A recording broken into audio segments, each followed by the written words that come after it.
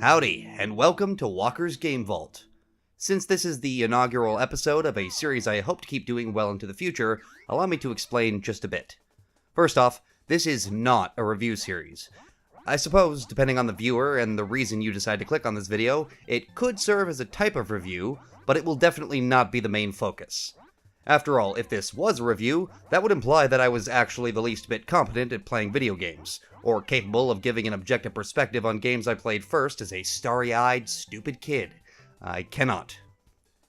Instead, this series will primarily be a recounting of my specific experience with a game now, since the common thread for the games I plan to cover is that I first played them as either a kid, or at least 5 years ago or so.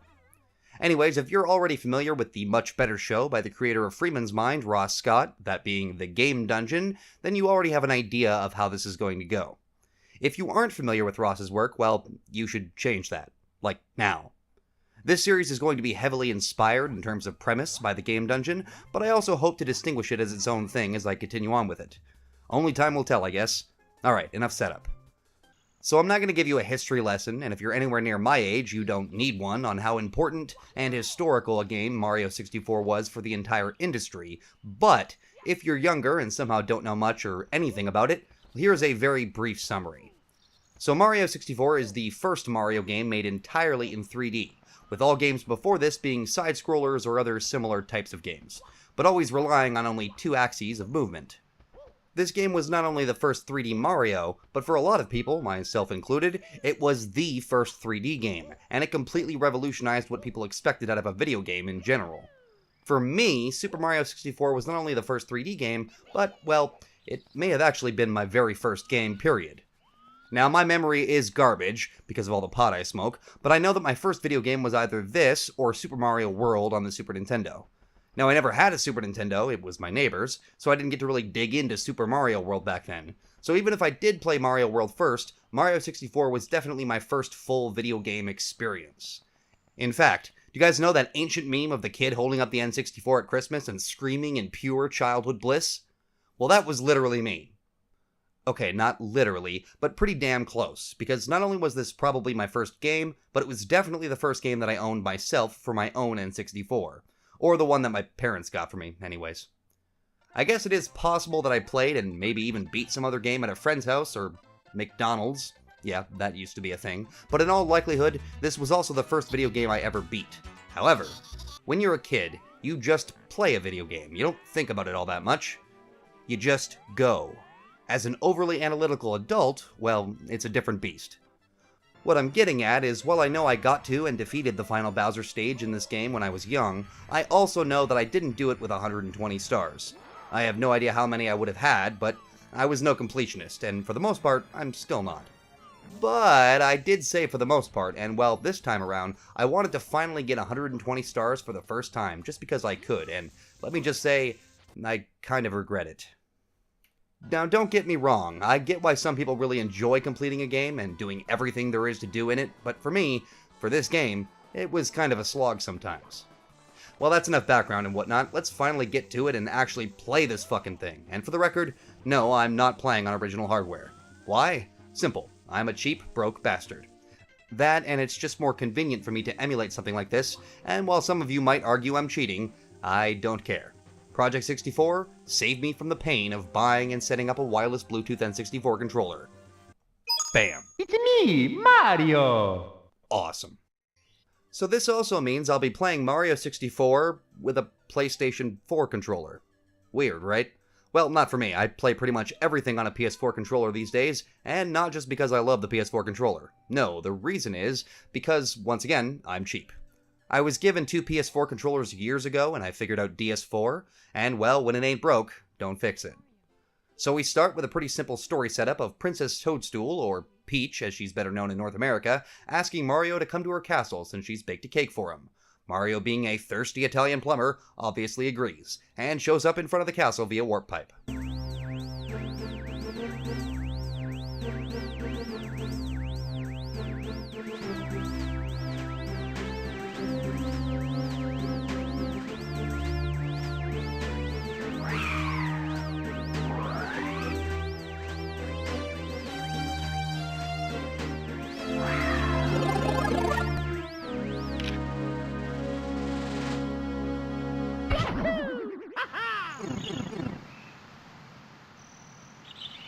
Alright, let's do it. It's Mario in 3D. Yeah, alright. Oh no. Oh, it's Lakitu. Okay, so most of the time, this little flying turtle asshole is an enemy to Mario, just like a Goomba or a Koopa Troopa.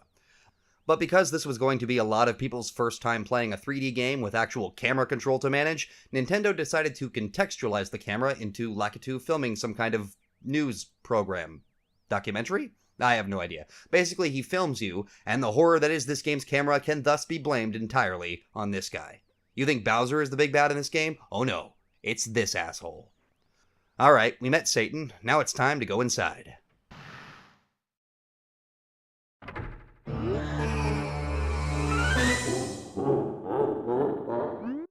Well, fantastic. Honestly, we probably should have expected this. I mean, how often does Mario get to go see Peach without something like this going down? Not often, in my estimate. Alright, so we gotta go around the castle, entering worlds, and finding power stars in order to open up the various doors that King Koopa has locked us out of using the magic of the stars or whatever. Typical Mario setup. But the thing I really like about this game is the fact that the actual levels are inside of the paintings you see on the walls. This is just a flat-out fun concept, and I love it so much. Ah, and welcome to Level 1, or Course 1, Bob-omb Battlefield. Now, each level has a total of 6 stars to collect in them, or 7 stars, but the game doesn't flat out tell you about these hidden stars until later. See, in addition to the regular 6 stars, there is also a coin star which you can only get by collecting a total of 100 coins in the level. For some levels, this extra star is a breeze. For others, well, we'll get to that. So for Bob-omb Battlefield, the level that's meant to introduce us to a lot of the game's mechanics, our first star is all the way at the end of the level, on top of this big-ass mountain, where you have to fight the heavyweight Bob-omb, King Bob-omb. Now this is the first star we'll be grabbing, but it's worth mentioning that you don't have to get the star that you select on the level screen. Sometimes levels will restrict you from collecting a star because the level itself needs to change in order to make them available, but most of the time you can get whatever star you can find as soon as you figure out how to get it. Now the level names do definitely help sometimes with giving you hints at how to collect its related star, but sometimes they're just vague as hell and you gotta run around hoping for the best. Since I will be collecting all 120 stars in the game though, I won't torture you by going over every single one of them one at a time. Instead, I'll give you a brief overview of the level, and go into detail on certain stars that were particularly clever, fun, or soul-crushingly aggravating. Lots of variety. So Bob-omb Battlefield. Well, overall, it's a fantastic tutorial level, and it does a great job of introducing you to all the new fang-dangled mechanics that gamers weren't used to yet, like bomb sumo wrestling. So you got the battle with the king, you got a race against Koopa the Quick, which sees you repeating the path from the first star as fast as you can by beating this son of a bitch to the top. Then you got the introduction of the cannon mechanic. So in most levels, somewhere, there's one of these pink bob-ombs that are, I guess, like the good ones or something, since they don't attack Mario on sight like the other ones. Once you find one of these guys, you talk to him, and then you can use the level's cannons to fire yourself like Evel Knievel to wherever it is you gotta go. Since this is Bob-omb Battlefield, the guy you gotta talk to is right at the start, and unlike most other levels, there are a bunch of cannons to try dotted across the place, since these guys are actively engaged in a war for the love of God. So you use these cannons to shoot to this floating island in the sky for another star, and then you get introduced to the red coin stars. See, every level has a star that requires you to collect 8 of these red coins in order for it to show up, and they also count as 2 towards your coin total instead of the 1, so they're often essential to making that 100 coin star easier too. There's also blue coins that are worth 5, but those are more rare, and you gotta slam your ass down on this blue block first to make them appear, and they disappear after a few seconds, so you gotta be quick collecting them. But again, we'll get to those. Anyways, next the game introduces the first of 3 power-ups that Mario can get in this game, that being the wing cap. Yeah, power-ups in this game take the form of caps, and Mario even does a little animation to put the cap on his head. It's adorable. So the wing cap lets you, well, fly, if it wasn't obvious. Alongside the wing cap, the game also introduces one of the sneaky stars, which are similar to the red coin stars, only you have to collect special normal coins, and it's not 8 of them, the number can vary. You gotta get the wing cap on the floating island and then fly your way through these special coins inside of coins for it to appear. But this can be trickier than it seems, until you realize that firing yourself out of a cannon with the wing cap on is way more effective than doing a triple jump to start flying.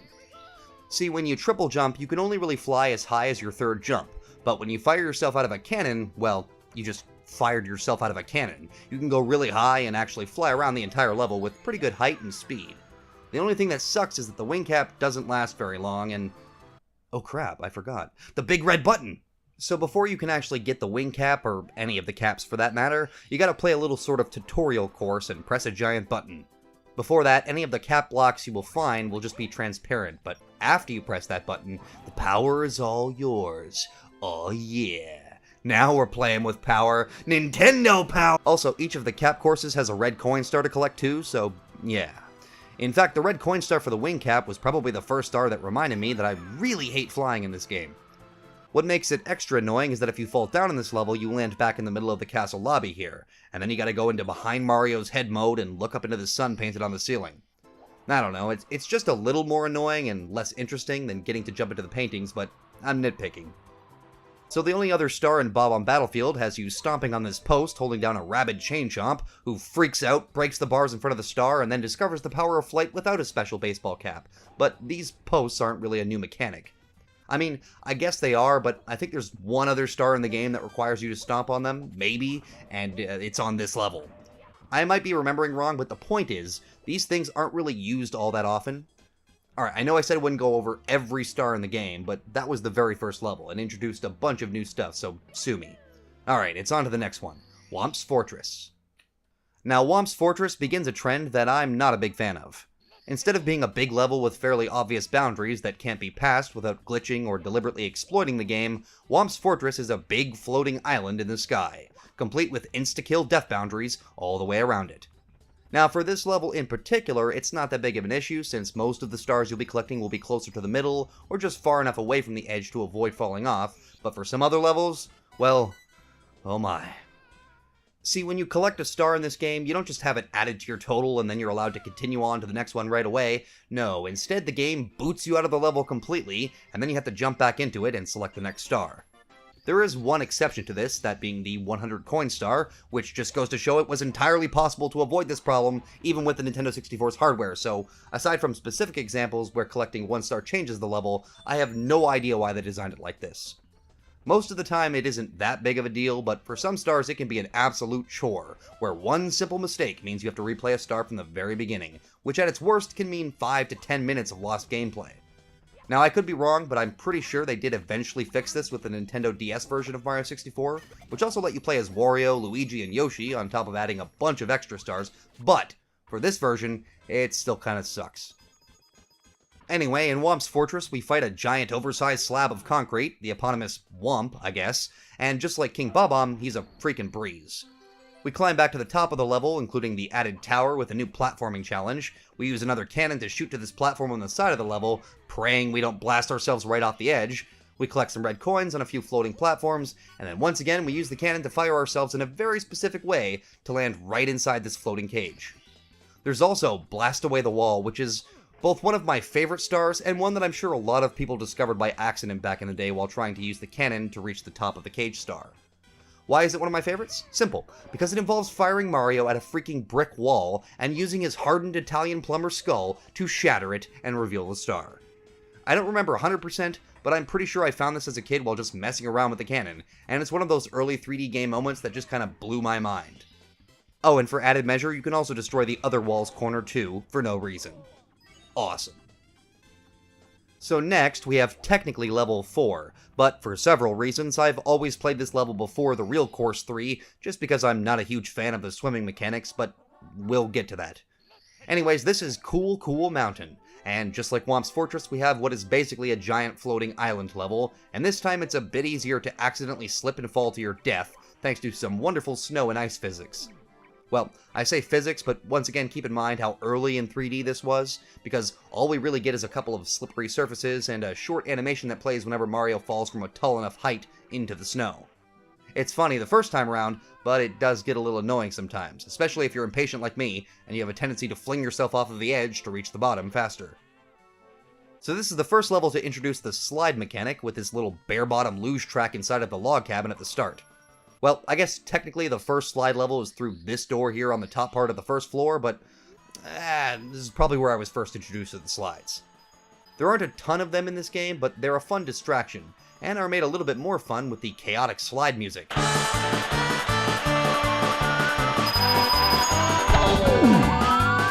There's just one problem: insta-kill barriers.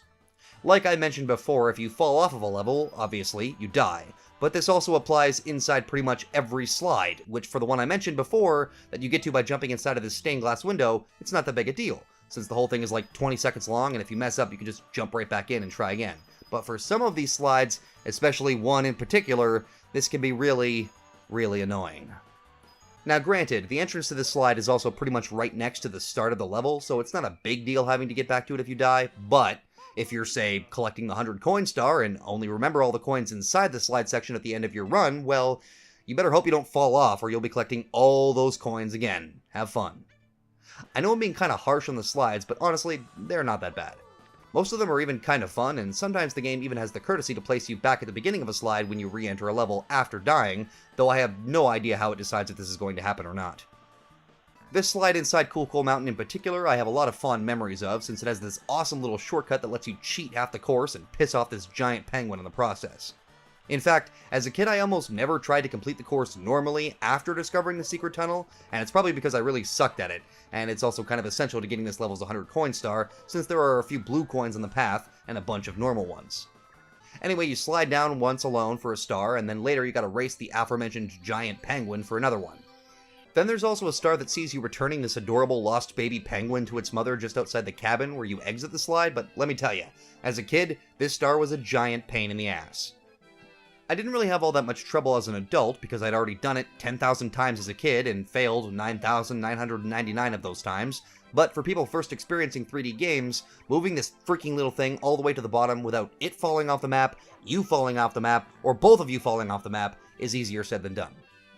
This is also one of the first red coin challenges that really confused the hell out of me for a good bit, since I completely forgot about this tiny ledge here where the gondola arrives that has a red coin hiding just in the corner. I'm going to chalk this one up to the terrible camera again though, since there's no way it could be my fault. I also tend to go for the 100 coin star at the same time I do the red coin star, since red coins are worth 2 for the coin total, but for this level, or any level with a slide inside the main level itself, you have to be wary of this happening.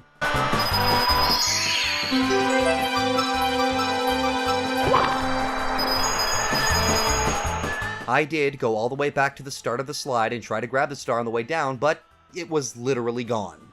Can't be collected, go home, do not pass go, do not collect $200. Alright, I'm out. On to the next one, I'll get to that star later.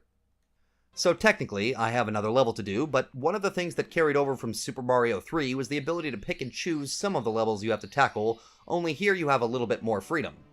You only need like 8 stars or something to get through the first Bowser door, and you can get them from any level you want, so that's cool. It does mean there will be a couple stars locked off to you, specifically the ones that require the level to change from completing stars before it, but that's really not that many, so you have a lot of freedom here. I'll get back to the actual level 3 later, but for now, let's go kick some King Koopa ass. Again, just like the old Mario games, you have a stage to complete before you actually get a chance to fight Bowser himself, but for the most part, these are straightforward, simple platforming challenges, and the first Bowser stage here, Bowser in the Dark World, is probably the easiest. There is an extra star in each of these, though, in the form of collecting 8 red coins, but not for 100 coins, though I'm betting that didn't stop a lot of people from trying back in the day. So I stomp some Goombas, almost get electrocuted, collect the red coins, and bam! I'm coming for you, Koopa! Now, unlike the old Mario games, the fight with Bowser is actually kinda tricky, or at least it can be. Gone are the days of stepping on a hammer or whatever and destroying the bridge he's standing on for a swift dunk in the lava. Oh no, now you gotta grab him by the tail, and spin him around and then fling him into one of the bombs around the arena. Man, this is one thing about early 3D games that I am glad died pretty quick. Spinning the control stick. When actually fighting Koopa, it's not that hard, especially if you're fairly close to the bombs, as you can spin up some speed and then release when you're slowed down enough to have a pretty good idea of which way he'll go. But man, around this same time, games like Mario Party were really overusing the spinning control stick mechanic, to the point of causing a lawsuit and having to give out gloves to the affected parties. Anyways. So we defeat Bowser and he dies horribly, fading away and transforming into a key that will unlock the obviously locked upstairs door we saw where Peach must be waiting. Well, no. Shocker. Actually, Bowser didn't even die, even though it definitely looked like we killed him. Instead, I guess he just had a very strange form of teleportation, which involves spinning really fast or something. Also, that key is not for the upstairs door, but for the basement, which I always thought was a little odd since I'd imagine more people noticed the locked upstairs door and not the one all the way down here, but whatever. If you come down here now, there's this annoying little rabbit thing running around which you can chase for a star, twice actually, but right now we gotta go back upstairs to tackle one of my favorite levels ever, Jolly Roger Bay. Alright, I may be exaggerating a little bit since difficulty-wise there are far worse levels later on in the game that we'll get to, but I don't know, I always hated this place as a kid. Maybe it's because I'm not that big into swimming, maybe it's because of the shitty swimming mechanics, or maybe it's because of this horrible mutant thing. But yeah, no, I think it was definitely this thing. I definitely explored plenty of this level as a kid because I remember coming to this weird section that you reach through a tunnel at the bottom of the main lake, but I know that I avoided this whole level overall if I could because of that damn eel. As an adult, however, the level is just fine, albeit a bit annoying at times just because of the way swimming works. It's not the worst. I mean, it's functional, and I'm not a game designer, but actually, I think I do know what's wrong. It's this damn camera again. Yeah, I don't know how the DS version handles the camera because I haven't played it in 15 years or whatever, but I do know that this camera is the bane of my existence, at least in this game. This is also one of the levels that changes after completing the first star, with this big-ass boat coming up to the surface in every star afterwards, but don't worry, that eel never goes away. Oh no. In fact, he's found a new home in this cozy little hole in the wall right here, and one of the stars you can get in this level involves luring him out and grabbing the one attached to his tail. Once again, as a kid, this star was a big nope, but now, it's not so bad. There's also another new mechanic, I guess, introduced in this level, with the special numbered chests. I don't think they ever do treasure chests again, but I'm pretty sure this is the first time we have not just special coins that look like ordinary coins, but special things, or as the game usually refers to them, secrets. You gotta hit the chests in the right order, and if you hit the wrong one, you get electrocuted, which I always thought sounded brutal just because of the effect combined with Martinet's delivery. You do it twice, too. Once for the first star when you go inside the sunken ship, and again when you go to this weird dry land cave that you get to by swimming to the bottom of the lake. I always thought this place had an eerie vibe to it, and I'm not entirely sure what it was going for, but it works. It also has a bit of a jump scare moment since these pillars will fall on you if you stand under them, and they start falling as soon as you get close. This is another one of those stupid things that I remember scaring me as a kid, but unlike the eel, it wasn't enough to keep me from looking around the area. Anyway, we grab a few more by getting some red coins, using the cannons to reach an isolated platform, and then... Oh right, I forgot. There was a reason I basically skipped this level even as an adult. I had to go get the next cap first. Alright, introducing Metal Mario. Aw yeah.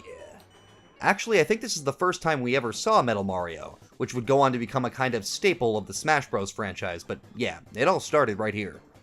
Now this cap is a little bit weirder to unlock than either the wing cap or the third one, which we'll get to, because unlike those two, which have their own independent levels around the castle, the Metal Cap course is actually inside of another course, and one of my favorites, Hazy Maze Cave. Now, Hazy Maze Cave is Mario 64's answer to the subterranean levels in previous Mario games, music and all, and I think it does a great job at setting that vibe, and just overall being a great level.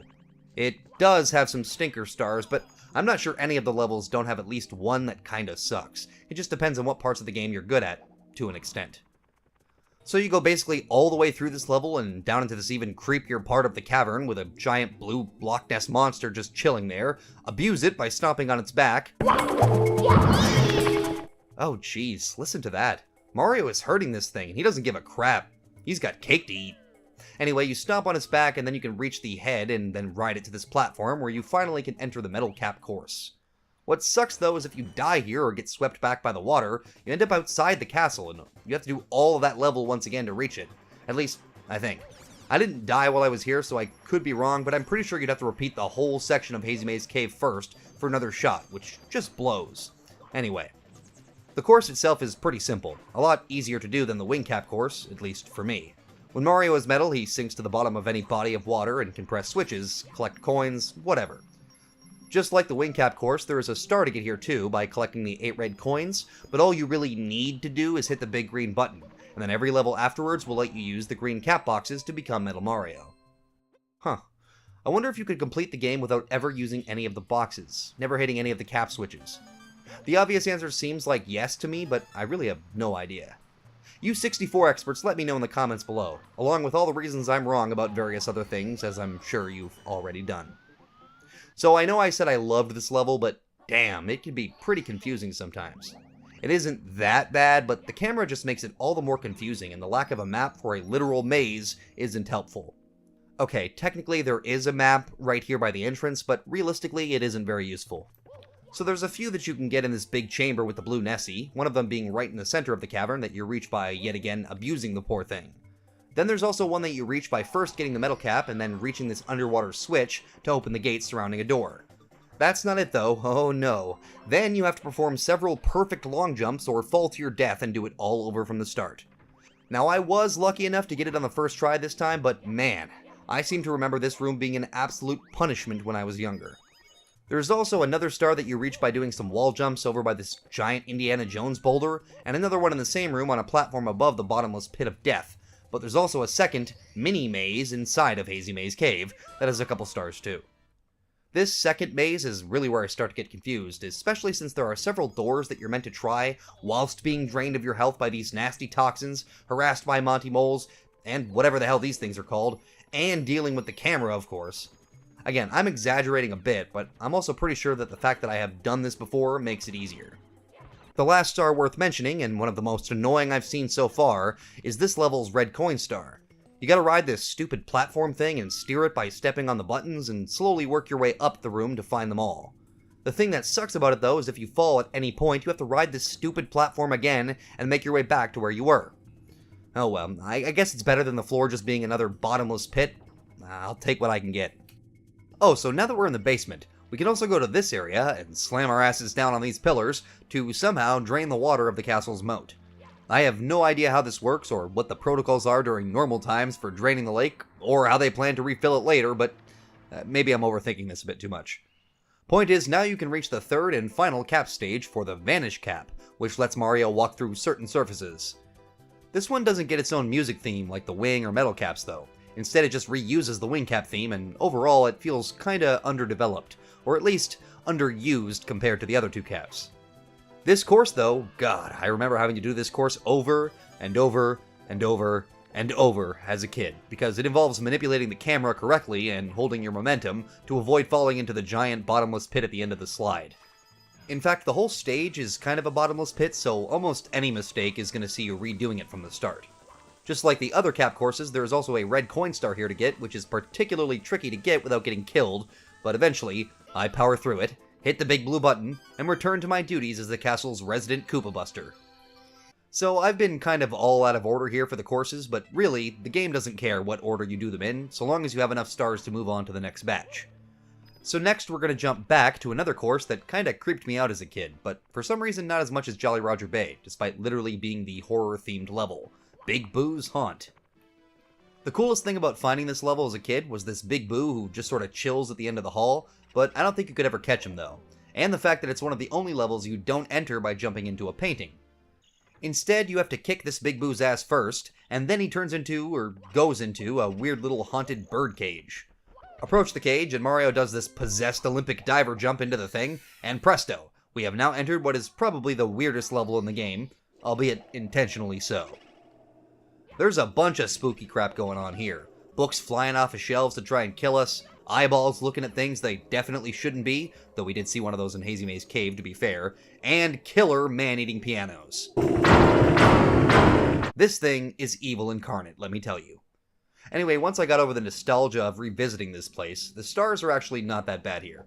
You gotta fight a couple of Big Boos by butt-stomping them to death, climb to the top of the big haunted mansion, and even use the Vanish Cap to jump through these Boo paintings. But the real highlight of this place for me is the underground merry-go-round.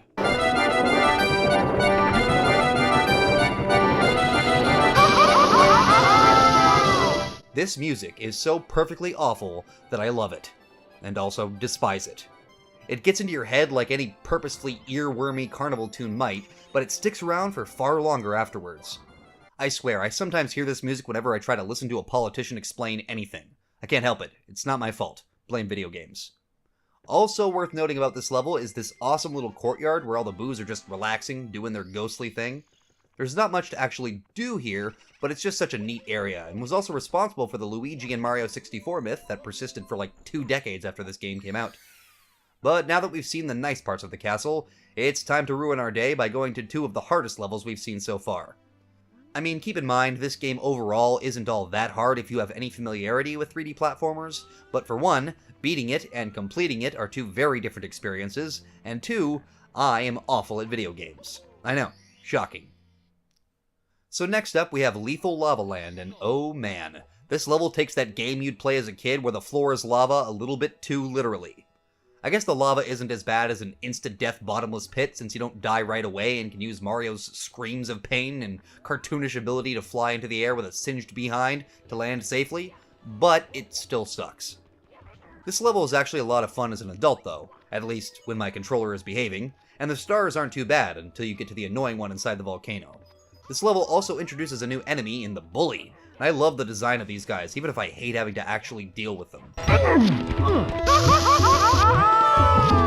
You gotta navigate various obstacles spread over this lava landscape, even fight a couple of giant bullies in a gladiatorial fight to the death. It also has what is definitely the easiest red coin star in the game, in the form of this sliding Bowser puzzle that is really not hard to navigate, and allows for a much easier 100 coin star too. In fact, you can find a Koopa shell on this level and straight up go lava surfing as long as you don't crash and get your ass killed. You can collect a lot of coins and just have a blast doing this. There's this one star that always makes me nervous where you gotta run across this giant spinning log so that it rolls in the right direction opposite you and then leap off to reach a series of platforms, but other than that, all of the stars you get in this first part of the level are fairly easy to understand, even if they still take some trial and error when you fall into the lava. Afterwards, though, you gotta jump inside the volcano, and quite frankly, while I know for sure I came here as a kid, I have absolutely no idea how I would have figured it out. I mean, it seems to me, most of the time you would want to avoid jumping inside of a volcano, but I don't know, maybe one of my friends back in the day was just crazy enough to try it and spread the knowledge to all of us at school or something. I don't know. Point is, if I didn't know to go in here already, I might not ever try to, but whatever. So there's two stars inside the volcano. One is pretty simple, just navigate some obstacles along the side of the volcano, but the second one is a little bit annoying.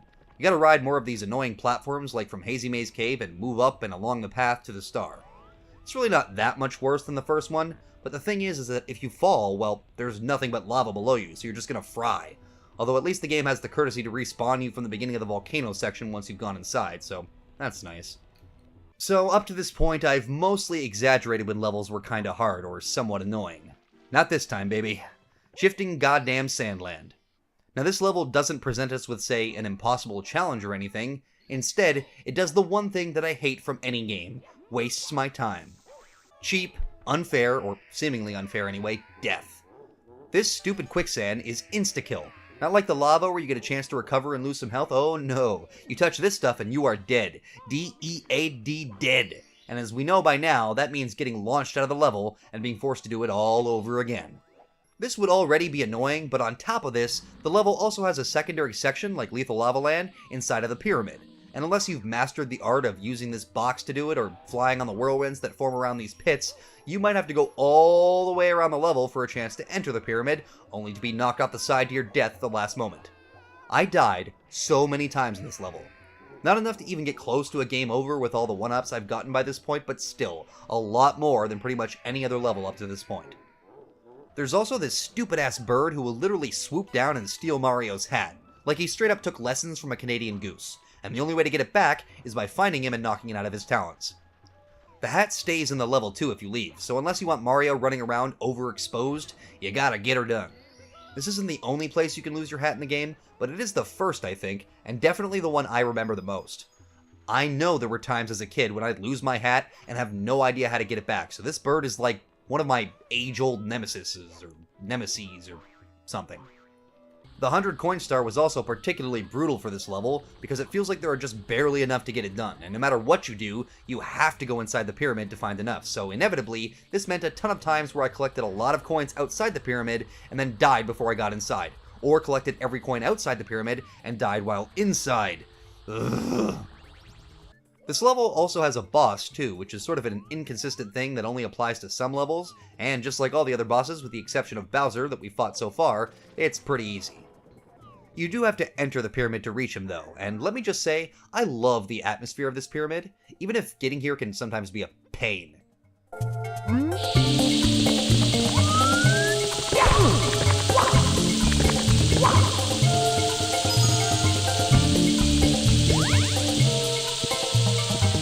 The The underground theme of Hazy Maze Cave suits the section surprisingly really well, and the lighting just gives off a neat vibe. The puzzles and whatnot inside the pyramid, however, are another story. One of the more annoying stars sees you finding these special secret coins along a path of falling sand, but the worst part is if you fall to the bottom, you have to continuously jump to keep from sinking in, and then when you reach the platform to get out and try again, it's super inconsistent about letting you back up since the floor is trying to pull you down. Get up there! Get up there! Get up there! Well, that's enough of that. I hate sand, it's coarse, and it gets everywhere. Blah. By now, we finally have enough stars to tackle the next Bowser stage, actually. Okay, we've had enough stars for a while now, since you only need like 30, but better late than never. Don't worry, Peach, I'm coming, just at a leisurely pace. Before we do that, though, we have to complete the first star from the next level, which is another one that doesn't see us jumping through a painting, but instead this shimmering blue texture, which is a lot like the entrance to Hazy Maze Cave, only vertical. This is Dire Dire Docks, and the first thing you might notice is that the music is kind of familiar.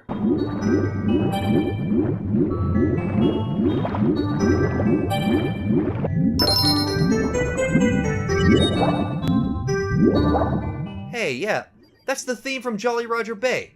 Oh, so what, it's just the generic water theme now? I see how it is. Alright, let's talk about the music for a minute. The music in Super Mario 64, as I'm sure I don't have to tell most of you, is fantastic. I'm sure a big part of this is nostalgia, so I'd really be curious to hear from somebody who had played this game for the first time as an adult, but as far as I'm concerned, most of these tracks kick ass, and perfectly fit the vibes of the stages they're on, and a Mario game in general. It just sucks that some get repeated. You got the Bob-omb Battlefield theme, which just feels like pure Mario.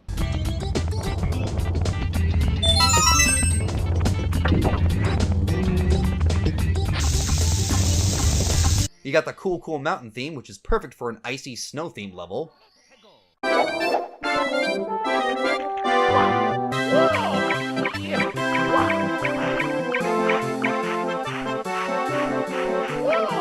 The Jolly Roger Bay theme, which might be one of my favorite tracks from a water-based level from around this era.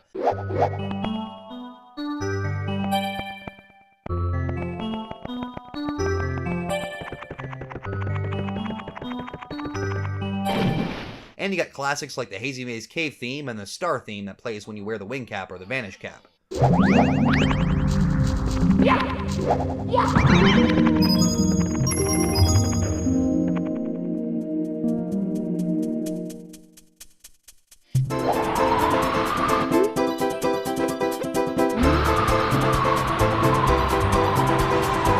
There's also the very appropriate tracks for Lethal Lava Land and Shifting Sand Land, which both perfectly fit the theme of a lava and sand level.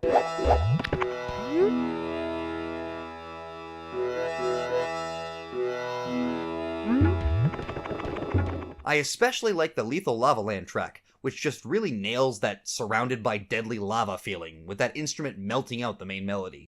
But beyond those, the tracks for the Bowser levels, the slide theme, and the carnival track, the levels after Shifting Sandland all reuse music from older levels, which just makes them feel a little bit more generic, both the levels and the music tracks.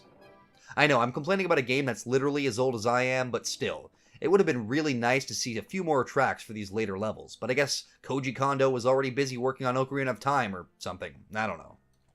Anyways, I go into Dire Dire Docks with the intention of completing all of its stars as usual before doing the next Bowser stage, but oh no, there's a problem.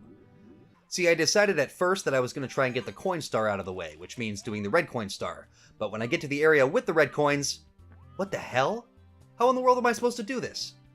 I spent a good 10 minutes trying to work this out thinking that I was just really stupid, and as it turns out, I was right. I am really stupid. See, in order to make the poles that are supposed to be in here spawn in, you have to beat the next Bowser level first, which moves this giant-ass sub. But I'm not gonna lie, I had to look this up because I completely forgot about this. So what you're meant to do is go into Dire Dire Docks once, get the star on top of Bowser's sub, and then go back and do Bowser's level, and then you can finish Dire Dire Docks.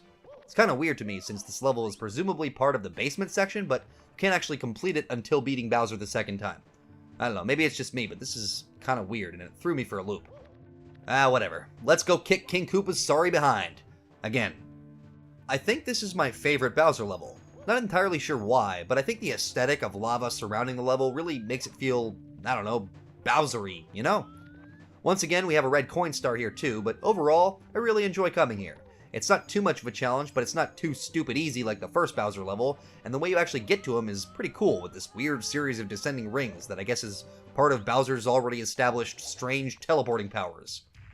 The arena you fight him in is pretty damn cool too, with that same sort of fiery skybox, and now, when Bowser stomps, the whole damn level tilts and makes for some pretty epic moments. The final battle has plenty of charm too, so I don't want to take away from that, but I feel like this fight could have benefited from taking more than one hit too. Maybe one hit for the first fight, 2 for the second, and 3 for the last one, but instead, once again, we only have to throw him into one of the surrounding bombs, and then he's down for the count.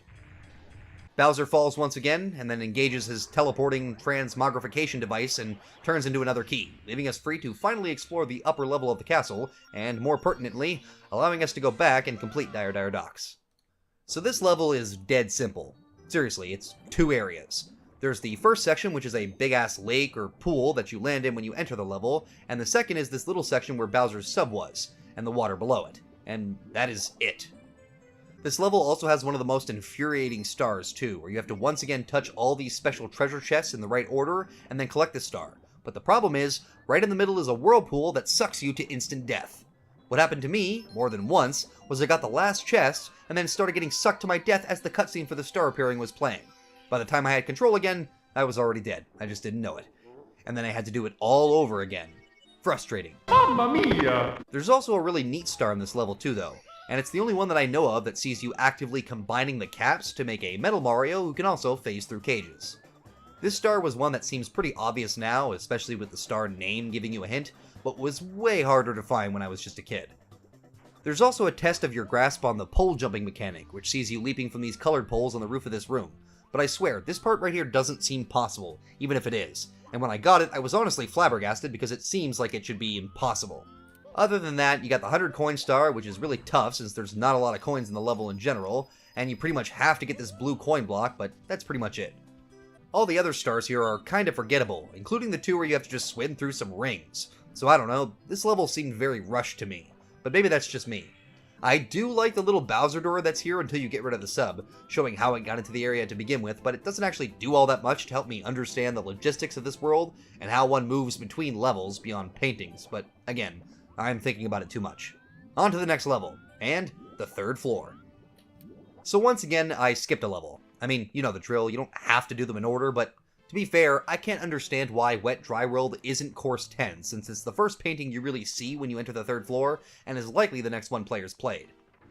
The actual Course 10 is Snowman's Land, but we'll get to that. For now, we have one of the most infamous, and for me, one of the most confusing levels in the whole game. This is another one I have a lot of memories of, and messing around just trying to understand it was a lot of fun, and it still is. But when you're trying to collect every star and you encounter one that you literally have no idea how to get, that's when things get frustrating. The whole idea of this level revolves around changing the water levels, and as a veteran of Ocarina of Time back on the original N64, let me tell you that is not a good sign. Actually, once again, it's not that bad. Most of the stars here are actually pretty fun and engaging to get, and we also get a few new enemies here with the Chuckyas, which just have a perfect name, and these spatula thrower guys. I have no idea what these guys are called, but they're annoying. Even more so than the Chuckyas, since they can't be defeated. In fact, you actually have to use them to reach certain parts of the level at certain water levels, but just watch out they don't toss you too many times. There's also these water spider dudes, but I just call these Tektites since, I mean, come on, they're Tektites. All the stars in this main section that you need to change the water for are pretty easy. One for hitting a couple of secret boxes, one by reaching this platform at the right water level, and using these arrow things to move past one of those electrocutor things, and one that requires you to mess around with the water levels in this funky elevator to reach a star at the top of this cage, which definitely got me thinking. Beyond this main section though, there's a whole second section of the map, but unlike the Pyramid in Shifting Sand Land or the Volcano in Lethal Lava Land, this section is attached to the main level without a loading screen, or more specifically, without loading into a new area. Well, I think the level actually does load both of these sections separately, which I only know from watching way too many speedrun history videos, but I digress. Once you've unlocked this level's cannon, you can shoot yourself way into the corner of the level and land in this caged-off area, that you can then swim down to find a weird, hidden town. This town is, for me anyway, the definition of video game liminality. Maybe I'm not using that word right, since this really isn't a place you pass through to get somewhere else, but I think you know what I mean. It just has this uncanny vibe to it. Maybe it's the fact that it's hidden away from the rest of the level and still underground. Maybe it's that this town has seemingly no residents, but whatever it is, this whole area is just weird to me. This is also where I got completely and utterly stumped when trying to figure out both the red coin star and the star behind this cage section in the corner. I spent a literal hour trying to figure out both of these stars without looking it up, and I eventually succeeded, though at a great cost to my own mental health. As it turns out, for the cage star, you have to first hit this switch to make a single block appear, while also using the vanish cap to phase through the cage. Then you can just jump your way up normally, but I can't tell you how many times I tried to reach this star before figuring that out. The second star here is the red coin star, and to get it, you have to get on top of various buildings around here to destroy some blocks and find the coins. The problem is, the last 2 coins on the tallest buildings. See, the other buildings I was able to cheese my way to using long jumps, but these ones, you can't do that because of the shape of the room itself. And once again, I spent way too long trying to figure this out. Okay, I lied. Eventually, I actually gave up and started to look up the answer. And as is usually the case when I have to look something up for a game, I felt enormously stupid, since the solution was just to wall jump between these 2 buildings to get on top. I completely forgot about wall jumping, especially because most of the time, I hate it. Anyway, we finally grab all the stars for this place and head out, with our next stop being a considerable drop in difficulty compared to the rest of the upstairs courses. So, Snowman's Land. On top of reusing the music from Cool Cool Mountain, it really does feel like another rushed level, and is pretty small to boot. But honestly, after the frustration of Wet Dry World, I'm just fine with that, since there aren't really any stars here that have me really scratching my head or slamming it against a wall. This is also another level where you can lose your hat, because the giant snowman that the level is centered around can blow it clean off your head while you're navigating the bridge in front of his mouth. While I'm here, let me just say, fuck this penguin, alright? Watch this. Oh! See? Did you see that? He did it on purpose. That's all I have to say. It's also possible to lock yourself out of a star on this level, at least until you restart it, which doesn't happen very often. See, the red coin star requires you to surf around on this Koopa shell, but to reach the shell, you have to bounce on one of these kind of disturbing enemies whose name I don't know, which causes Mario to spin up into the air, and then you can steer him over to the section with the star and the shell. If you accidentally kill all of these enemies though, you're screwed, and you can't get over there. At least I couldn't figure out how to anyways. All it requires is that you exit the level to respawn them, but still, that sucks. Beyond that, there's this star inside of an igloo which requires you to use the vanish cap, and it's not hard to get, far from it, but navigating this super tight area with this game's camera is a complete nightmare, and I'm surprised I was even able to do it, since half the time I couldn't see what I was actually doing. Oh, there's also a fight with another one of those bullies we saw in Lethal Lava Land, only this one is a snow version. A chill bully, if you will, so that's kinda neat. Alright, so you remember way back on Whomp's Fortress when I said that some levels were basically floating islands, but it didn't really matter too much for that level in particular? Well, guess what? It matters now. Tall, Tall Mountain. Tall, Tall Mountain isn't really all that hard or confusing like Wet Dry World or Shifting Sandland, but the problem is, it's way too easy to accidentally go careening off the side of the map and being ejected out of the course like a bad pizza ingredient. See, on numerous occasions, you'll have to climb all the way up, or damn near all the way up, the eponymous Tall, Tall Mountain, and doing so without getting killed by the camera or my own incompetence is not easy. In addition to worrying about falling off the level, it also has a design that will quite often spit you back at the start of the level, because of this big waterfall which flows down the side of the mountain into this pool. Just be prepared to die a lot when you come here, because unless you're really good at platforming or you've done it 1,000 times, you're gonna make a mistake and go falling to your death. Probably several times.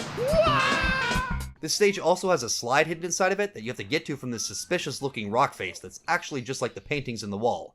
Only one problem. I hate this slide. See, just like all the other slides in this game, falling means instant death, but unlike the other ones, this one straight up has a fake out that leads you to your death, which if you don't know it's coming, you're probably gonna fall for. Or I did anyway, but then again, I am kinda stupid. Other than that, you got a red coin star that sees you jumping on these very narrow mushroom platforms and then climbing the side of the mountain while being attacked by Monty Moles, a star where you have to haggle with a monkey, and of course the 100 coin star, which I died trying to get multiple times because once again, insta-death, floating island level. But with that out of the way, we move on to what was definitely, conceptually anyway, my favorite level when I was a kid, Tiny Huge Island. Now the gimmick here is that there are actually 2 versions of the level, one where everything is oversized and one where everything is mini, and it's up to you to figure out which you need to be on to collect each star. This level does once again suffer from the instant death floating island problem, but it's not as bad as Tall Tall Mountain, and really, your worst enemy on this level, at least mine, was my own hubris. For example, one of the stars is a race rematch against Koopa the Quick, whom you raced in the very first level, and the race itself is really short, but if you underestimate the power of the wind on this bridge section, you're going to regret it, as I certainly did. More than anything though, this level made me overthink things, and as much as I'd like to blame it entirely on the level design, I'm pretty sure once again it was completely my fault. See, one of the stars is titled 5 Itty Bitty Secrets. So here I am, thinking maybe it's more of the secret coins or something like that, but oh no, that's not what it is. In fact, I spent so long trying to figure out how to get this star without looking up the answer that I ended up resorting to a desperate, last-ditch idea of ground pounding all the logs in the level, even though I'm pretty sure there were only 2. See, there's one right by the entrance, and then another one in the beach area on the Huge Island variant that requires you to shoot yourself with a cannon to reach it. At least, that's the only way I could get there. There's just one problem, you see. The logs are completely pointless and have nothing to do with the secrets. I know. Those of you who already knew were slamming your heads into the keyboards just now, but look, in my defense, I haven't played this game in like 15 years, and I'm an idiot, so you can't hold me to too high of a standard.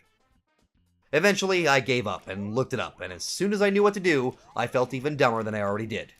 What you're supposed to do is find these 5 entrances, or what look like entrances, in the tiny variant of the world, and just get close to them to activate the secret. Find all 5 of them and bam, star. But damn, I really struggled to figure this out without a guide.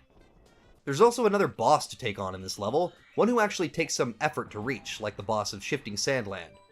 You have to go to the top of the mountain in the tiny variant, and then ground pound this pool of water to make the water go down, and then return here in the huge variant in order to enter the mountain and fight the boss. Who is this boss? Well, it's Wiggler. Not that exciting, but at least it's nowhere near as hard as the Wiggler you fight in Link to the Past. I know, that's a different enemy, but I mean, come on, it's Wiggler.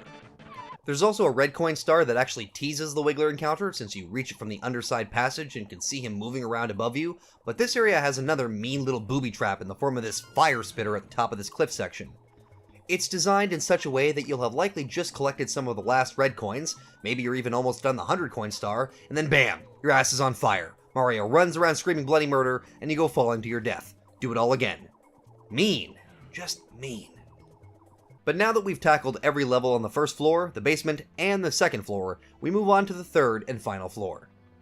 Now, unlike the other floors, there isn't a Bowser fight before we get here, but you do need like 50 stars, I think, to even get up here, so you can't just come up here and do these levels as soon as you unlock the second floor, unless you already have enough stars. These last 2 levels are interesting. One of them is conceptually really cool, if a bit frustrating, but honestly nothing compared to something like Shifting Sandland, and the other level is the worst level in the entire game, by far. Well, let's get to it. Actually, I also need to address something at this point. See, I did play the first third or so of the game completely legit, and by that I mean if I died, restarting a star completely and repeating parts of the levels over and over again to get the star when necessary. But by this point in the game, as an impatient, grumpy old man who ain't got no time for time wasting, I started using save states. I know, crucify me. Here's my defense. I play games to have fun, right? Like, I'm all for a good challenge. You should see how I play Fallout New Vegas. But when the challenge just consists of repeating something over and over again that I know I can do, and I just have to get lucky, I tend to get annoyed very fast. For some of these stars, being as terrible as I am, it would mean repeating sections of levels so many times that I would literally go insane. So for those instances, I started to make saves to avoid having to go back to where I was, and honestly, I regret absolutely nothing. Cheating used to be a way to cheese games when they were being a bit too brutal or to fiddle around with developer tools or God mode, but Mario 64 doesn't have any cheat codes, so save states became my new best friend. I tried not to abuse this too much, but if you see an abrupt change in the footage, it's probably because I loaded a save state. Deal with it. A big reason I started to use them was also because I knew stages like this were coming. In fact, I think it might have been Tall Tall Mountain that pushed me to start using them, but I can't remember. Point is, I was not looking forward to either of these last 2 levels, if I was going to have to restart every time I died, and you'll see why. First up, we have Tick Tock Clock, which is, again, conceptually really cool. It's a level that takes place inside a clock, along with pendulums, swinging arms, and whatever these rotating things are supposed to be. And I really do like this level, even though I hate how easy it is to die by falling through the bottomless floor should you make a bad jump. Something else really cool about this level is you can actually freeze parts of the level by jumping into the clock face at just the right moment, but if you're not careful, you can also cause all the moving parts to speed up, so watch yourself. Also, if you freeze everything, it makes some stars impossible to get to, even if it does make most of the climb a lot easier, so you gotta keep that in mind. Overall, the level is pretty small, and it's just a bunch of platforming challenges with little room to run around or explore. You gotta climb to the top of the clock twice for some stars, and one of them requires you to sit and wait on this moving clock arm for an obnoxious amount of time, and also collecting some red coins on a bunch of rotating platforms. I ended up doing this by hurling myself to my death over and over again until I collected them all, but it worked out, so I can't complain too much. Oh. It's called Stop Time for Red Coins. God, I really am an idiot. This level was also pretty tight when it came to getting the 100 coin stars, and they even had to add a bunch of blue coins just to close the total since the level itself is so small, but overall, this is a really solid course, and a good culmination of putting to work all the skills you've learned so far to get all the stars. I do wish it had its own unique music track though, because this theme can get pretty annoying after a while, and it doesn't even really fit the level itself, so that sucks. Still, great level. The same, however, cannot be said for the last level. Rainbow Ride.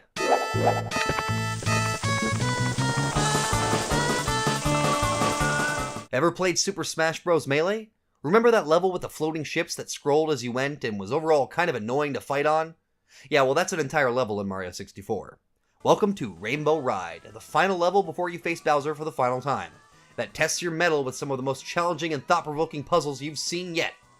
I'm just kidding. It's a slow-paced carpet ride that once again takes place over an insta-kill death boundary. And let me tell you something, you are going to die on this level. The whole thing is built around riding these stupid carpets around the level to reach various sections with platforming challenges. But the real issue with this level comes from the snail pace of these carpets and the fact that you have to ride them to reach half the level, which means every time you die, you're going to be riding the same path just to have a chance at continuing wherever you left off. The carpets will vanish when Mario isn't on them after about 5 seconds too, so you can even strand yourself in sections of the map with no way to get back unless you exit course or jump to your death, so that's even more fun. The most tedious star sees you riding multiple carpets all the way to the top of this house, but then it has another one of those just plain mean booby traps in the form of this fireplace that shoots fire right as the carpet comes down with you on it. If the fire hits you, Mario will probably run off the carpet and then guess what? It disappears or goes too high for you to reach, so your only option is to start the whole star all over again. This is also one of the most brutal levels for the 100 coin star since it seems like there is literally just barely enough coins for you to get it, and if you miss this blue coin box or aren't cheating like me to give you a better chance at grabbing all the blue coins, you're probably screwed. Most of the stars themselves in this level aren't even that bad since they often just bring you to isolated sections of the level and ask you to do some relatively simple platforming, but those damn stupid flying carpets just make the whole experience miserable. But with Rainbow Ride finally done, the only other levels are this wing cap course that sees you manipulating cannons and flying around to collect 8 red coins, and then the final Bowser level. So let's do this.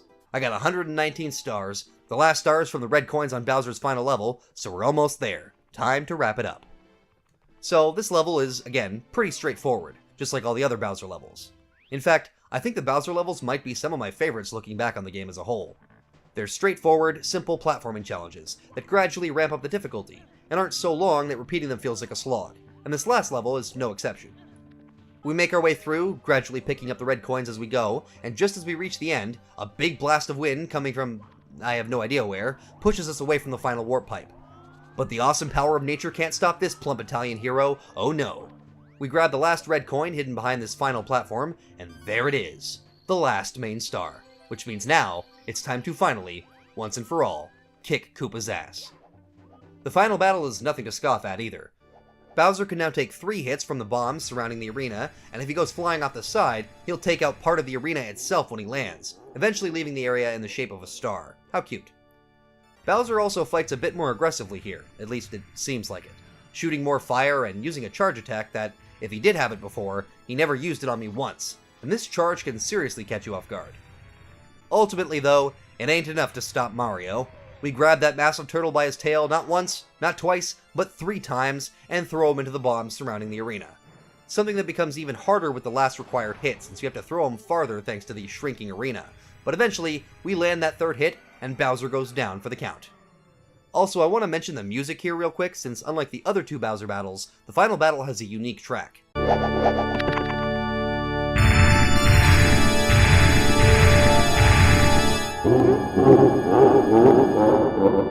This track is awesome, but it's also straight up right out of a Castlevania game. Like, it sets the mood for a final battle, but I can't shake the feeling that I should be fighting Dracula to this track, and not a giant turtle with a mood disorder. Presumably, this time we actually kill him, or whatever. I guess Bowser never really dies, but I'm not one for thinking all the Mario games are connected by one continuous timeline, so as far as I'm concerned, in this reality, we've killed King Koopa. A final giant star appears, which also grants Mario the wing cap when he collects it, and we fly our way out of here.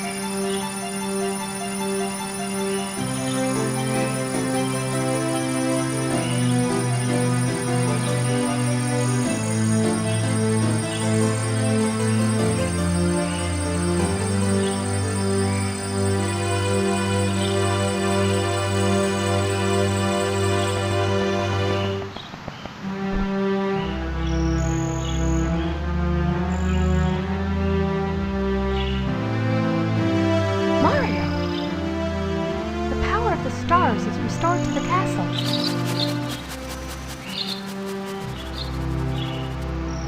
And it's all thanks to you. Thank you, Mario. We have to do something special for you.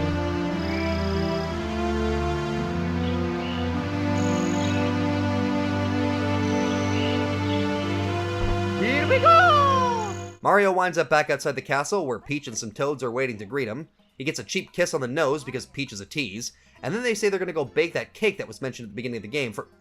Wait, the cake wasn't made yet? Okay, so at the beginning of the game, hell, she invites Mario with the expressive purpose of eating a cake she made, and only now she plans to make it? So she invited Mario over with the intent to make him wait in, like, the castle lobby while she and her Toads made a cake? Like, come on, make the cake first. She even says baked, past tense. She had already baked the cake. What, has it been so long that she has to bake a new one? Well, I guess that would make her thoughtful, so... we'll let this go, but damn, false advertising. And with that, I've completed Mario 64 with all the stars for the first time in my life. And you know what that means? Well, maybe you don't, but you probably do. What it means is that this cannon outside the castle that I haven't mentioned thus far becomes unlocked, allowing you to shoot yourself to the top of the castle and find... Yoshi? Now, you can't ride him, and all he does is say what's up and give you 100 lives before piecing out, but still, this is a neat little completion bonus that I've known about forever, but never gotten myself. It was honestly kind of underwhelming, even though I knew I wouldn't be able to do anything besides talk to him, but still, it's cool to see. Part of me would have liked Luigi to be up here instead, though, and for it to unlock like a new game plus or something, but maybe I'm being a bit too ambitious for the time. At least I finally did it. Alright, trophy time. Now, I am once again stealing this from Ross's Game Dungeon, but I'm going to try to give each game that I look at some unique trophies or awards based on my overall experience. So, what does Mario 64 get? Classic Trophy. I mean, what more needs to be said? This is a classic game that defined the 3D platforming collectathon genre back in the day. And even if you don't enjoy it personally, its importance to the legacy of video games as a whole cannot be understated. Evil Incarnate Trophy. The Eel and Jolly Roger Bay. Enough said. And Worst Final Level Trophy. Which is a little bit inaccurate because I'm not referring to the final Bowser stage, but instead, of course, Rainbow Ride, which has got to be one of the worst final stages of a platformer game that I've seen, even though the rest of the game is mostly great, classic fun. Rainbow Ride is that bad. Alright, well, that's Mario 64, and this has been the Game Vault. No prizes for guessing what comes next, since I'll be gradually going through every game I ever played, for the most part anyway. Thanks for tuning in, and I hope you enjoyed my nostalgic romp through an N64 classic. And don't worry, there's plenty more to come. Hopefully. I think.